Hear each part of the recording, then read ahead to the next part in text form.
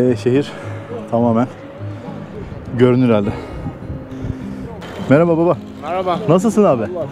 İyisin. Çok güzel ya, poğaça satıyorsun. Tabii. Bir şey işleyeceğiz. Adın ne? Hayırlı. Mimar Sinan Sokağı. Bakın az önce de göstermiştim videonun diğer tarafında. Bunu burada Türk döneri olarak satıyorlar. Ama tıraş. Yani bu ismi dünyanın her yerinde kullanıyorlar. Güzel, böyle tam bir Türk mutfağı. Şaban abinin mutfağı burada. Çok Türk geliyor mu buraya? Yok, acı. Full değil mi? Çık çık. Çık oradan çık. Oğlum çık. Çık. Kosova'nın eski Türk şehirlerinden, Prizren'den herkese selamlar, saygılar, sevgiler. Dün akşam itibariyle yola çıktım arkamdaki aracımda. Biliyorsunuz aracı daha önce Loyal Rent-A-Car'dan kiralamıştık. Çok uygun şartlarda, çok uygun fiyata kiralıyor. Özellikle Türklere çok kolaylıklar sağlıyorlar. Herhangi bir şekilde depozito vermiyorsunuz ve yeşil kart, yani ülkeler arası geçiş ücreti ödemiyorsunuz. Böyle bir kolaylık sağladılar. Dün akşam itibariyle Tetova'dan, yani Kalkandelen'den yola çıktım ve 2,5 saatlik bir yolculukla Prizren'e ulaştım. Prizren'e ulaştıktan sonra tabii çok acıkmıştım, bir şeyler yiyeyim falan dedim. O esnada bir Türk lokantası buldum. Daha böyle oteli falan yerleşmemişken. Orada sohbet, muhabbet falan derken Türk restoranında çalışan Türk arkadaşlar vardı. Abilerimiz. Onlarla tanıştık. Ya dedi, nerede kalıyorsun? Daha henüz dedim yerleşmedim. Bir yer ayarlayacağım. Ya gel sen bizde kal falan dediler. Burada personel evleri varmış. İşletmeni sağlamış olduğu, Türkiye'den gelen ustaların, işte çalışanların kalmış olduğu bir ev. Bizim yanımıza kalır mısın dediler. Güzel bir yerde kalıyor bu arada. Böyle hani derme çatma kötü bir yer değil. Çok kaliteli bir yerde kalıyorlar. Şimdi Prizren şehrini gezeceğim. Bes Ocakbaşı restoranta geçeceğim. Orada belki ufaktan bir kahvaltı, bir şeyler yaparım. Ve ondan sonra Prizren'i güzel bir şekilde gezelim diyorum. Şimdi ne diyoruz? Kosova Prizren, yani Osmanlı şehri Prizren videosu başlasın. İyi seyirler dilerim. Evet, artık şöyle Prizren sokaklarında gezmeye başlıyoruz. Şimdi bir ufaktan bir kahvaltı yapalım dedim. Bir şeyler atıştırayım, ondan sonra Prizren'i böyle güzel bir şekilde çarşısını, pazarını gezelim diyorum. Daha önce ben burada bir 4 ay falan kalmıştım. Gayet güzeldi. Beğenmiştim yani. Mutlaka tekrar döneceğim demiştim ve tekrardan döndüm. Şimdi şehri biraz böyle gezelim. İnsanlar çok sıcakkanlı. Dediğim gibi bir Osmanlı şehri. Osmanlı'dan kalan bir şehir. Keyifli bir yer. Bakın burada Türk konsolosluğu var. Elçilik ya da. Evet, başkonsolosluğu diyor. Şehir merkezine geldik. Şimdi aracı park edeceğim. Ondan sonra da şehir içerisinde güzel bir şekilde gezelim. Karşıda kale var. Böyle ufaktan gösteriyorum.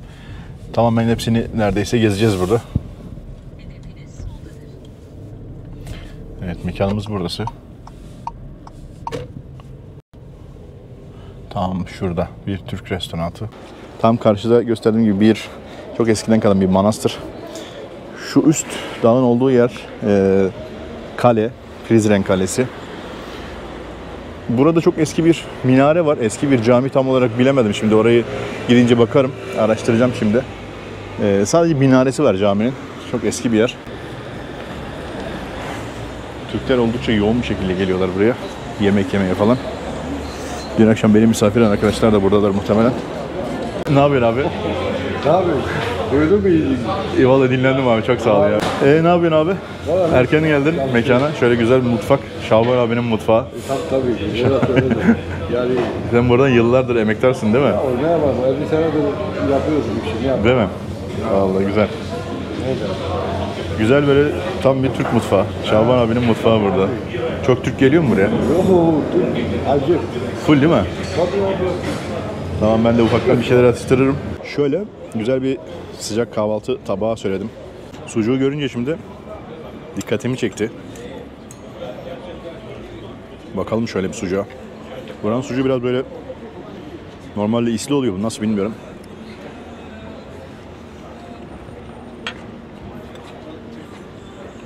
İsli bir sucuk. Şöyle kızarmış ekmek var. Yumurtalı kızarmış ekmek. Böyle güzel bir yumurtamız var. Şimdi kahvaltımı yapayım. Ondan sonra çıkalım. güzel bir şekilde şehir gezisi yapalım. Şimdi an itibariyle Prizren sokaklarında gezmeye başladık. Prizren'in böyle sağını solunu etrafını size göstermeye çalışacağım. Güzel bir şehir. Eski Osmanlı şehri dediğim gibi. Burada hem Osmanlı Türkleri yaşıyor hem de Arnavutlar yaşıyor. Mimari olarak da genel ağırlıklı olarak Osmanlı mimarisi şu an şehrin birçok noktasında göze çarpacak. Eski zamanlardan kalan tabi kiliseler falan da var ama genel olarak Osmanlı'dan kalan camiler falan da var. Diğer Balkan ülkeleriyle çok fazla kıyaslamamak lazım. Şimdi şehir içerisinde böyle bir taraftan gezmeye başlıyoruz. Şöyle her yerde köşe başlarında kafeler falan var. Kahve kültürü burada oldukça yaygın. Aynı zamanda insanlar böyle sürekli olarak sosyalleşiyorlar. Biraz daha böyle şimdi şehir merkezine doğru yaklaşıyorum. Bu sokakları hatırlıyorum, ben daha önce dediğim gibi burada bir süre kalmıştım böyle pandemi döneminde. Türkiye'de ikinci kapanma falan olduğunda ben uçuşlar falan kapanmadan yurt dışına çıktım ve burada merhaba. Burada yaşamaya başladım. Çekim yapayım diye işaret ettim de bir ablamız vardı ızgarada mekanda. İstemedi. Burada böyle ayakkabıcılar falan çok. Burada Türkiye'den geliyormuş bu ayakkabıların birçoğu veya şu kıyafetler falan. Fiyatlar da gerçekten uygun. Hani Türkiye'den alsanız belki bu kadar uygun olmaz. Şimdi böyle dar bir sokaktan geçiyorum. Bu sağlı sollu mekanlar, telefoncular, kıyafetçiler. İleride çarşıya doğru çıkacağız şimdi. Evet, köfteciler burada böyle her noktada mevcut. Merhaba. Oo, süper. Pek izin vermezler ama izin verdi şimdi. 4-5 sene oldu tabii. Şöyle bir market. Fiyatlar falan gayet uygun, bakın böyle mesela. Bilmiyorum şu an Türkiye fiyatları nasıl, bunlar euro şeklinde. Mesela hurma 1 euro 10 cent. Bunlar biraz pahalı gibi. Domates 2 euro. Fiyatlar falan oldukça market içerisinde bildiğim için çok uygundu eskiden. Şimdi de muhtemelen aşağı yukarı aynıdır. Burada fiyatlar çok fazla değişmiyor euro bazında ama mesela 1 kilomuz 5 sene önce de 1 euroydu. Aşağı yukarı yine 1 euro falandır yani. Değişmez. Burası böyle hep kapalı. Dün de geçmiştim. İçi boş. Tarihi bir kilise. Bu şehre hafta sonları Arnavutluk'tan çok gelen var. Birçok insanın burada bu şehirde Arnavutluk'ta yaşayan akrabaları var, çocukları var. İşi gücü Arnavutluk'ta olanlar var. Eski olan insanlar da burada yaşıyor genelde. Bakın şöyle börekçiler de var aynı zamanda. Yani aslında Arnavutluk'la neredeyse aynı Kosova. Kosova içerisinde Arnavutluk bayraklarını görebiliyorsunuz. Bazı yerlerde burada UÇK'nın bir savaşçısı. UÇK burada bir direniş örgütüydü. Kosova'nın bağımsızlığında mücadele eden bir askeri yapıydı daha doğrusu. Evet, şimdi şöyle bakın köprünün üzerinden şöyle bir geçiş yapıyorum. Yeni yeni yapıların olduğu taraflar sol taraflar ve sağ taraflar var. Sağ tarafta kalenin hemen dibindeki mekanlar. Önce sağ tarafı bir görelim. Sonra sol tarafa doğru, diğer tarafa doğru geçelim. Şöyle nehirin dibinden biraz yürüyelim. Bu nehir özellikle böyle kış aylarında falan bayağı bir yoğun bir şekilde akıyor. Burası bir yürüyüş yolu, sağlı sollu. İşte bankalar, az ileride kafeler falan var. Bakın burada çok enteresan bir köprü var. Bu arada köprüde böyle Roman çocuklar falan da var. Bu köprü normalde bazı zamanlar, yılın bazı zamanları şöyle her yeri kilit doluyor. Kilitler asıyorlar. Yeni evlenen çiftler bu köprüye gelip burada kilit bağlıyorlarmış. Buradaki bağladıkları, taktıkları bu kilitler aslında evliliklerinin bir ömür boyu devam etmesi içinmiş. Böyle bir inançlara sahipler. Daha doğrusu bir gelenek gibi. Fakat sanırım son zamanlarda böyle kilit bağlanmasına artık müsaade etmiyorlar. Çünkü bazen çok fazla kilit bağlıyorlar ve köprünün yıkılma tehlikesi oluşuyor. Çok ağırlık yapıyor. Kilit bağlıyorlar. Şöyle bakın. İsim yazıyorlar veya tarih yazıyorlar şöyle kilitlerin üzerine. Sökmüşler galiba. Belli zamanlarda bu köprüdeki kilitleri söküyorlar. Merhaba. Nasılsın? Arnavutça konuşuyor. Bazıları biliyor Türkçeyi, bazıları bilmiyor.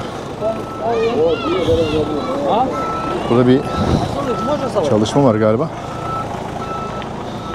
Bu arada Prizren'in fırınları falan meşhurdur. Buradaki fırınlarda böyle güzel farklı ekmek çeşitleri falan çıkartıyorlar. Böyle poğaça tarzında yemekler, yiyecekler çıkartıyorlar. Eğer gelirseniz buranın fırınlarından mutlaka deneyin derim. Bu şehrin en hareketli, en turistik olan bölgesi. Şöyle sağlı sollu kafeler bakın. Güzel yerler oraları.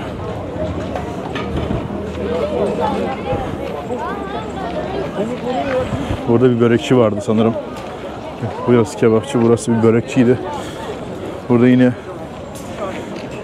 UÇK direniş ordusunda savaşan askerlerden bir tanesi şöyle 1961-1998 yıllarında yaşamış olan bir asker. Burada şehir içerisinde bir şöyle börekçi Sarayeva yazıyor.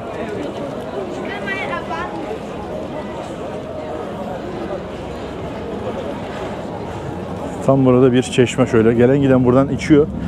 Bu çeşmeden su içenler diyorlar ki tekrardan bu şehre mutlaka gelir diye. Öyle bir durum var. Burada bir dönerci varmış.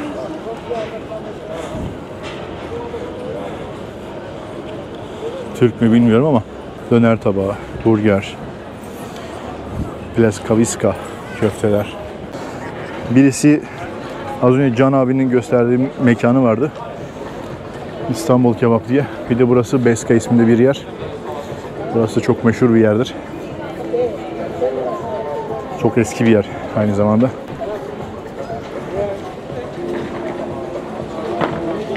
Kolay gelsin. Burası da aynı şekilde şöyle Konak isminde bir restoran. Mimar Sinan'ın burada sokağı var, bakar mısınız? Mimar Sinan Sokağı. Evet, şimdi bir cami var burada. Bu camiye bakacağız. Merhaba baba. Merhaba. Nasılsın abi? Allah şükür olsun. İyisin. Çok güzel ya, poğaça satıyorsun. Tabii. İşi işleyeceğiz. Adın ne? Hayrullah. Erdoğan. Hayrullah. Hayrullah abi. Memnun oldum. Ben de Fuat, Türkiye'den geldim. Çekim yapıyoruz. Böyle şehri gösteriyorum. Denk geldik. Bizim Türkiye'deki gibi böyle seyyar simitçiler olur ya. He. Böyle bir yer görünce hemen dikkatimi çekti.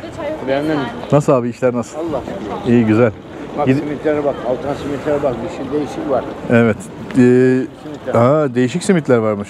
Güzel. Gider gelir misin Türkiye'ye? Arada sırada. Arada gidip geliyorsun. Ha, çok güzel. Bir zamana giderdim ama şimdi yok. Ha, şimdi gitmiyorum fazla. Anladım. Bu yol kaleye çıkıyordu değil mi? Burası kaleye çıkıyor. Tamam, biraz sonra cami ile alakalı var mı bilgin? Mimar Sinan Camisi'ydi değil mi? Mimar Sinan, tamam. Şimdi içeri bir gezeyim. Teşekkür ederim, çok sağ ol. Bak içeride var, broşürler var. Ha, broşürler var. Tamam. Al bir broşür, oradan her şeyin çıkar. Süper. Teşekkür ederim. Sağ olasın. Tamam. Kimseye sorma bir şey. Tamam. Sağ ol. Evet. Mimar Sinan Camisi'ne giriş yapıyoruz. Evet, şimdi Sinan Paşa Camisi'nin içerisine girdik. Şöyle sağlı sollu biraz göstereyim. Çok eski bir cami. Osmanlı zamanından kalan Mimar Sinan'ın yaptırmış olduğu bir cami.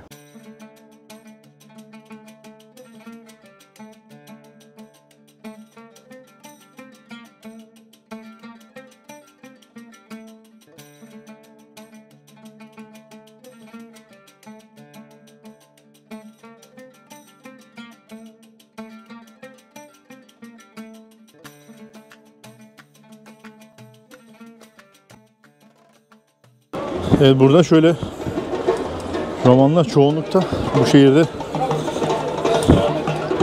Çalgıcılar, roman çalgıcılar.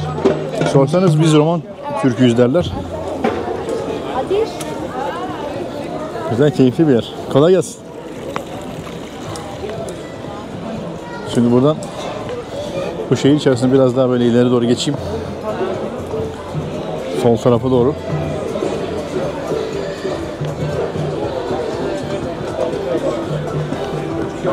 Burası pasta demiş. Herhalde bir makarnacı.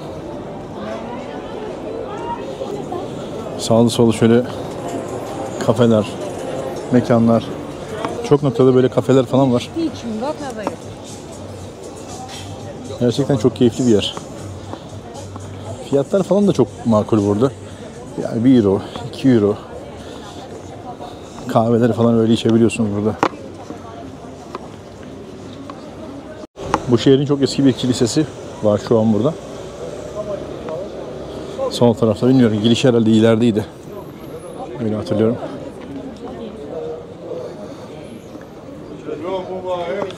Tetova isimde daha önceki uğramış olduğumuz şehrin ismi, bir mekan.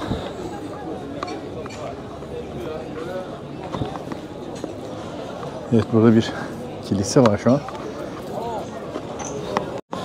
Evet, kiliseye gireyim dedim de polis bekliyordu kapıda. Yasak dedi. Buradan çekim yapılması, kurallar bu şekilde dedi. Tamam dedim. Çekim yapmadım ben de. Bu manastırda falan da böyle sokaklarda kafeler vardı. Gençlerin takıldığı, insanların sosyalleştiği güzel yerler vardı. Şimdi buradan biraz böyle yukarıya doğru çıkayım. Sonra tekrar aşağı ineceğim. Şu tarafa doğru ineceğim tekrar. Ve oradan kaleye doğru bir geçiş yapayım dedim. Türk Kültür Sanat Derneği, doğru yol. Vay. Kosi. Burası kiralıkmış burası. Sol taraflardan muhtemelen kaleye doğru çıkılıyor mudur? Belki çıkılıyordur, tam emin değilim. Normalde aşağıdan çıkılıyor. Aşağıdan giden bir yol var. O tarafa doğru geçeriz. Burada da çok eski bir kilise var şöyle. Bakın. Şuraya doğru bakalım hatta. Şehrin böyle sağını solunu biraz göstermeye çalışıyorum size. Çok eski bir, bakın, şeyden yapılmış, metalden yapılmış bir minare var tam karşıda. Arada bir yerde. Burası eski bir cami galiba.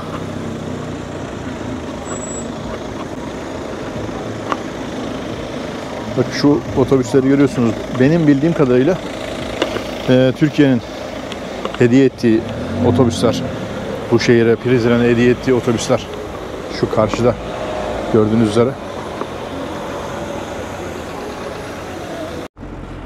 Evet, şimdi kale yolu bize göründü. Tam karşıda kale. Çok yüksek. Bu arada burada kablolar kopmuş.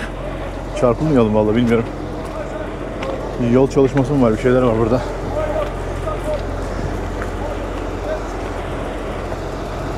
Kale yolu burası galiba. Evet, kaleye çıkmaya başladık. Acayip yüksek bir yer. Çık bitmiyor vallahi. Yolun yarısına bile gelmedik sayılır. Burada bir inşaat var. Şu karşıda da var. 4-5 sene önce bu inşaat hala böyle yarımdı. Yine yarım. Bilmiyorum. Şimdi bir çalışma var galiba. Ufaktan bir şeyler başlamışlar ama hala olduğu gibi duruyor. Bir inşaat 4 senede 5 senede bitmez mi ya? Bizim müteahhitler olsa bunu burada 1-2 ayda bitirmişti. Yola devam. Bakın şu bir kanal vardı ya, köprülerin olduğu yer, az önce çektiğim yer. Tam karşıda Sinan Paşa Camii. İyice yukarı çıktık ama daha yolumuz çok. Burada dağ yürüyüşü yapabilirsiniz dedim ya. Bakın şu yola gittiğiniz zaman şöyle bir restoran varmış ileride. Tam karşıda dağın üzerinde bir yermiş. Yani yol artık az kaldı. Kaleye geldik sayılır. Daha önce sanki daha fazla yoruluyordum buraya çıkarken ama bu sefer fazla bir yorulmadım. Yıllar geçtikçe herhalde gençleşiyoruz. Kaleye geldik sayılır. Tam burada karşıda UÇK'nın kısaltılmışını koymuşlar. Kosova Kurtuluş Örgütü'nün kısaltılması.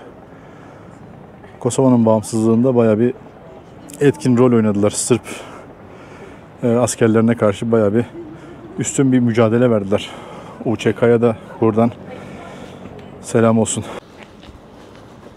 Evet, kalenin artık girişindeyiz böyle buradan. Şöyle bir giriş yapalım.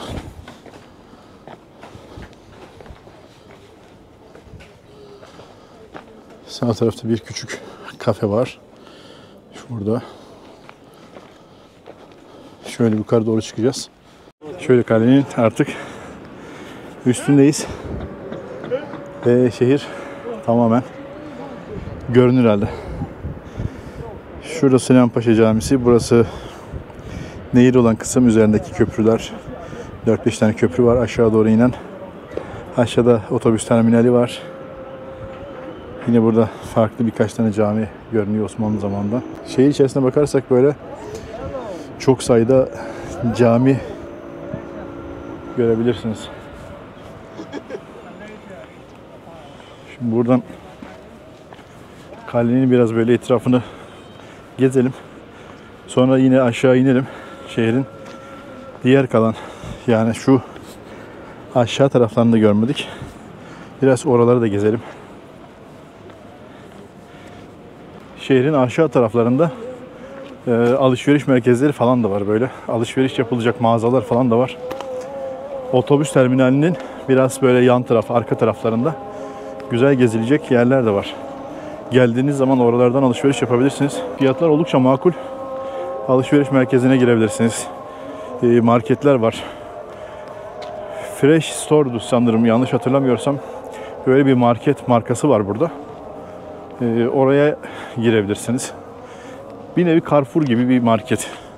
O ayarda bir market. İşleyişi de o şekilde görünüyor.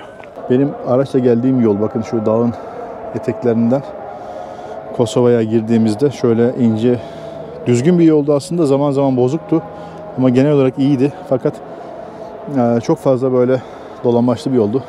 Çok yavaş gelmek zorunda kaldım. Gece saatleriydi. Bir de Priştine'ye giden ayrı bir yol var. O da bu aşağı tarafta.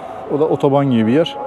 Direkt böyle hızlı bir şekilde ulaşım yapabilirsiniz. Burada mesela 30'la, maksimum 40'la geçebiliyorsunuz arabayla bu yoldan. Bakın şehrin üst tarafında böyle bir tane cami var yapılmış. Tam bitmemiş galiba. Yapım aşamasında. Yani o kadar cami varken bilmiyorum da şu şehir cami dolu zaten şu an. Çok da öyle ciddi bir cemaat de yok. Dağın üzerine bir camiyi neden kurmuşlar? Bitirememişler de zaten. Çok fazla bir şeye girmek istemiyorum bu tür konulara ama yani onun yerine oraya bir okul yapsaydınız. O kadar cami var zaten. Camilerin içi de yani pek bir cemaatle dolup taşmıyor. Vardır belki bildikleri. Şöyle artık buradan kalenin diğer taraflarına biraz gezelim. Evet, buradan sağlam mı ya bu? Aman yarabbim. Burada mesela kale ile alakalı bir şema varmış eskiden. Artık öyle bir şey yok. Bakımsız bir kale. Giriş ücretsiz bu arada. Bir ücret ödemiyorsunuz. Fakat içeride böyle tanıtıcı, kalenin etrafını böyle öğretici görseller, sesli efektler, bir şeyler yok. Yapılsa bence tarihiyle alakalı bilgiler verirse çok iyi olur. Çünkü bakın şuralarda bile hiçbir şey yok. Hep silinmiş. Askerlerin atlarını falan barındığı yerlermiş. Burası mesela bir müzeymiş daha önce. Müze gibi bir yer. Açmıyorlar şu an burayı. Kimse göremiyor. 4-5 sene önce burası çok daha canlıydı. Şöyle yazılar falan vardı. Bu silinmiş olan yazılar. Oradan hem Türkçe hem İngilizce gelen turistler okuyabiliyordu. Hem de Arnavutça. Şu an olay burada artık pek kalmamış.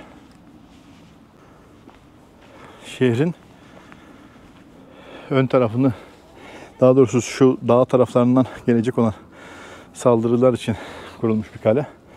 Direkt ön tarafı şehir, oraları koruyormuş. Bakar mısınız ne kadar böyle bakımsız kalmış buraları. Yani böyle bizim mirasımıza bunlar burada sahip çıkmıyorlar maalesef. Her ne kadar kendi topraklarında tarihi değer olsa da böyle çok fazla sahip çıkılmıyor maalesef ki.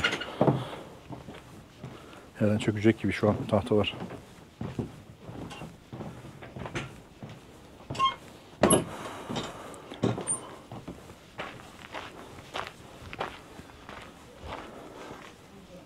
Evet şöyle. Burası bir dönem sanki gösteri merkezi olarak kullanılmış, bakın. Olabilir tabii, burada konserler vesaire gösteriler yapılabilir. Şöyle kurulmuş bir sahne. Şöyle evlenen çiftler buraya gelip resimler çekiliyorlar.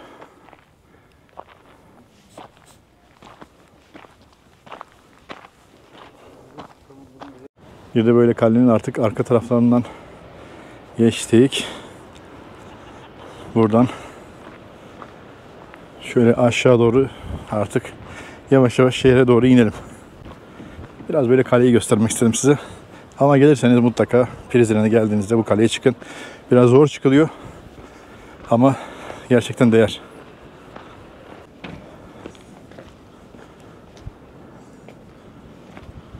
Şöyle biraz buradan gösterelim şöyle. Nasıl?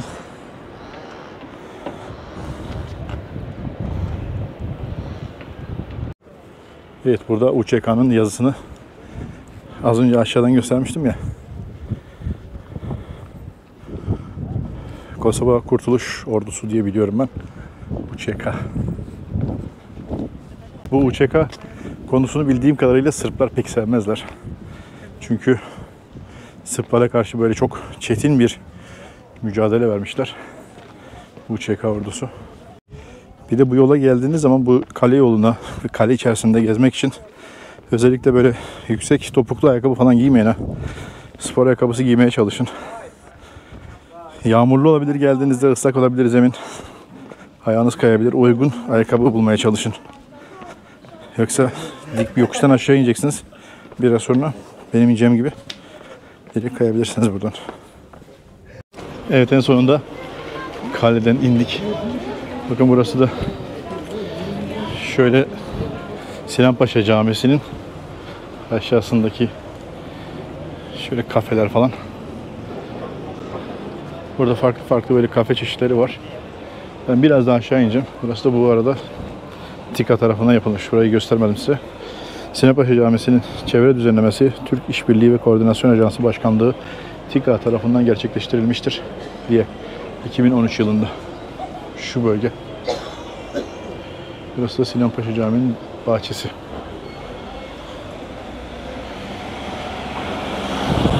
Çarşıya isminde bir mağaza. Çarşı yani. Beska restoranın burası arka tarafı. Şöyle sol tarafta çay bahçeleri falan var.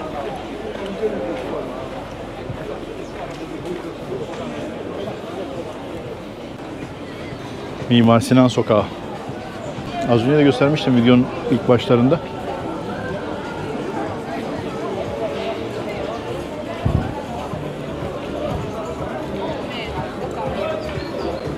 Buradan şöyle yine çarşıya doğru indik.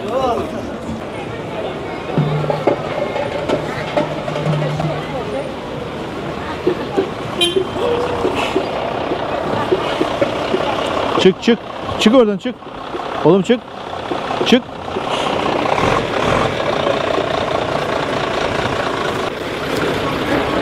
Yol vermiyorlar ya.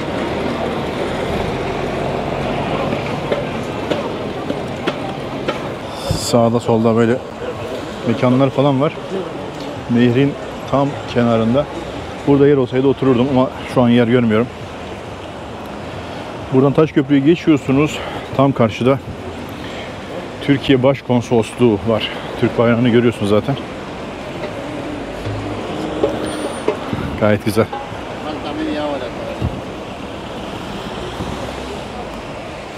Şu karşıdaki küçük küçük evlere bakar mısınız? Az önce çıktığımız kale burasıydı. Şöyle karşıda. Şey var ya böyle bizim Safranbolu evleri. Ya işte Osmanlı mimarisi diyelim.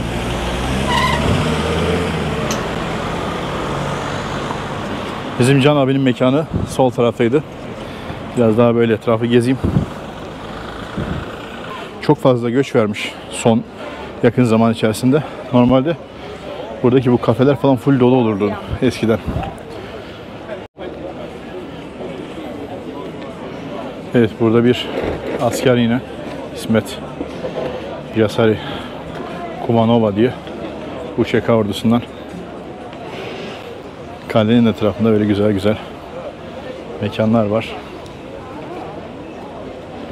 Karşıda aynı şekilde gezdiğiniz zaman karşıyı da mekanları falan gezebilirsiniz. Kale aynı zamanda şöyle bir patika yol var. Şu aralardan çıkıyor. Gördüğüm kadarıyla. Böyle patika yollardan çıkabiliyorsunuz kaleye. Kahve içeyim dedim. Ondan sonra şehirde gezmeye devam edeceğiz. Şehrin şöyle aşağı tarafları var. Otobüs terminaline doğru ileride. Oraları gezeceğim biraz. Güzel bir yer burası. Şöyle ki büyük bir otel var. Otelin tam alt katında. Çok keyifli bir yer. Evet, şimdi kahvemizi içtik. Dışarı çıktık. Bakın tam karşıda bir postane var. PTT gibi çalışıyor. Şimdi buradan karşıya geçeyim. Burada bir Arasta Cami diye bir yer var. Cami kalmamış. Sadece bir minaresi var buranın. Şöyle ilginç bir şey. Çok eski tarihi bir yer. Arasta Cami diye geçiyor. Bakalım bir yazıt var mı burada? Etrafımda şöyle tarihi bilgi aktaracağım bir şey var mı diye bakıyorum da. Bakayım bir daha, şöyle döneyim. Evet, şurada minaresi yazıyor sadece Arasta diye. Arnavutça yazı silinmiş. Tarihiyle alakalı bir şey yazmıyor şu an. Bilen arkadaşlar vardır. İsterseniz yazabilirsiniz. Buradan şimdi şöyle devam edelim. Sol tarafında tam karşıda tarihi bir hamam var. Bakın tam şu tarafta. Biraz oraya doğru geçelim.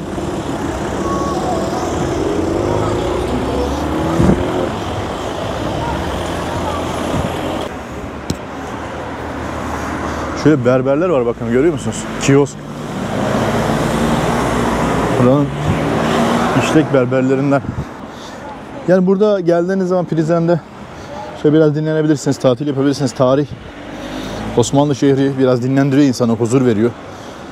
Dinlenmek için böyle yavaş yavaş gezip görmek için ideal bir şehir. Yeme içme ucuz, konaklamalar da fena değil. Pahalı bir yer değil. Şöyle tarihi bir hamammış burası. Bakın şöyle kapı kilitli. Bu tür tarihi yerlerin birçoğu maalesef kapalı.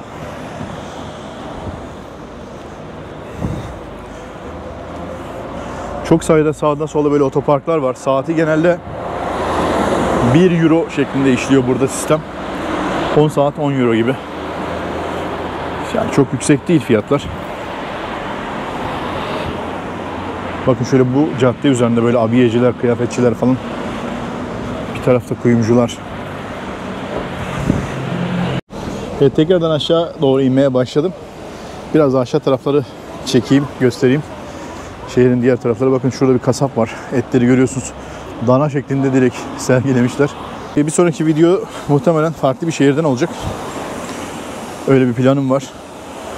Yine Kosova içerisinde. Mamuşa'ya gitmeyi düşünüyorum. Bir de Mamuşa'yı görelim. Ve akabinde yine farklı bir şehir olacak. Yine burada kilitli köprü dedikleri, kilit asılan köprü. Az önce göstermiştim, kilitleri falan sökmüşler. Sürekli kilit asılıyor çünkü. Bu köprü böyle kış aylarında, yağmurların falan arttığı zamanlar, karlı zamanlarda Çok güzel oluyor. Her yerden böyle oluk oluk sular akıyor. Taşıyor neredeyse. Evet, UÇK komutanlardan birisi. Bakalım. Agim Avdi, Sala. Bildiğim kadarıyla TEP Bankası daha önce bir denemiştik. Para çekimlerinde çok küçük bir komisyon alıyordu. Ama normalde tabi ziraat veya başka bir bankalar olduğunda para çekimlerinde öyle normal Türkiye'deki gibi değil, komisyon oranları yine var yani. Bu hipermarketler şeyde vardı çok. Makedonya'da görüyordum. BİM'in aynısı. Burada da aynı sistemi bilmiyorum. Şöyle bakalım, aynı sistem evet. Hipermarket. Burada yoktur diye biliyordum ama burada da gördüm.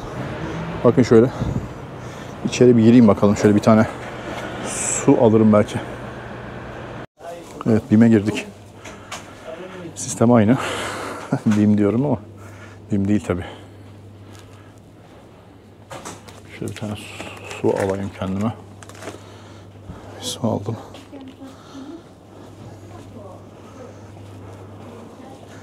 Olayın şekli, şemali, gidişatı hep aynı. Bildiğimiz 3 harfli marketler yani. Şunlardan da alayım şöyle 39 cent. Şöyle 2 tane tatlı niyetine elime aldım. Süt ne kadarmış burada? 1 eurodan düşük. 85 falan. Bence fiyatlar makul. Çok durmadım ya. 2-3 dakika falan durdum durmadım. Hava yine aydınlıktı. Bir anda böyle hava karardı dışarı çıktığımda. Çok hızlı bir şekilde burada hava kararıyor. Bir de Türkiye ile saat farkı var. 2 saat. Yine Osmanlı zamanından kalan bir cami.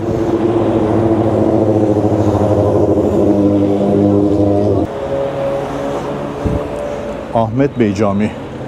Tarihçesi şu an yazılmamış. Merhaba. Cemaat ağlıyor şu an. Selamünaleyküm. Merhaba. Şöyle küçük bir cami.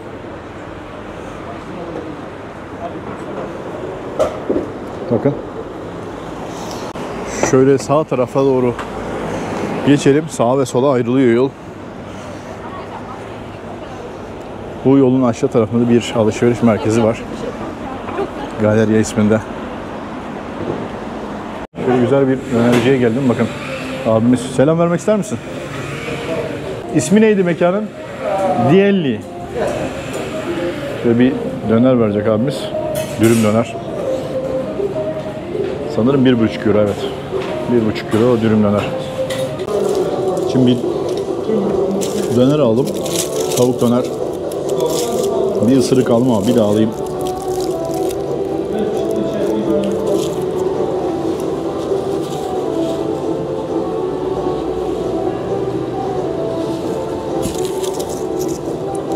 Bunu burada Türk döneri olarak satıyorlar. Ama tıraş. Yani bu ismi dünyanın her yerinde kullanıyorlar. Türk döneri diye, Türk iş kebap diye. Yani 10 üzerinden -10 diyebilirim. Eğer bu işi bizimkiler yapmıyorsa eline yüzüne bulaştırıyorlar, mındar ediyorlar döneri. Dönerin adını kirletiyorlar. Bizimkiler yaptığı zaman da hakkını veriyor. Şimdi Allah var şimdi yani bu işi yapıyorlar. Birçoğu nasıl yapacağını biliyor. Çok saçma sapan bir döner yapmışlar. Ne ötünde bir tat var, ne sosunda bir tat var, ne... Yok abi, olmamış. Dediğim gibi 10 üzerinden 0. Çıktık, yemeğimizi yedik. Yani kısmen dediğim gibi... Hello. Bon appetit, afiyet olsun. Türkçe biliyor musunuz? Sağ ol. Türkçe var mı Türkçe? Utanmayın. Bay bay. Enteresan bir durum ya. Enteresan bir şey ya. Neyse, yemeğimizi yedik ama hani... Neyse, nimettir. Afiyet olsun diyelim kendimize. Evet arkadaşlar, çok güzel bir Prizren şehir gezisi yaptık. Videomuzun da sonuna geldik. Bundan sonraki videolar yine Kosova'nın farklı şehirlerinden gelecek. Videomu beğendiyseniz yorum yapmayı, yorumlarınız benim için çok değerli. Severek izlediğiniz videolarımı sevdiklerinizle paylaşarak bana daha fazla destek verebilirsiniz ve beğenmeyi lütfen ihmal etmeyin. Bir sonraki güzel videolarda görüşmek üzere. Hoşça kalın.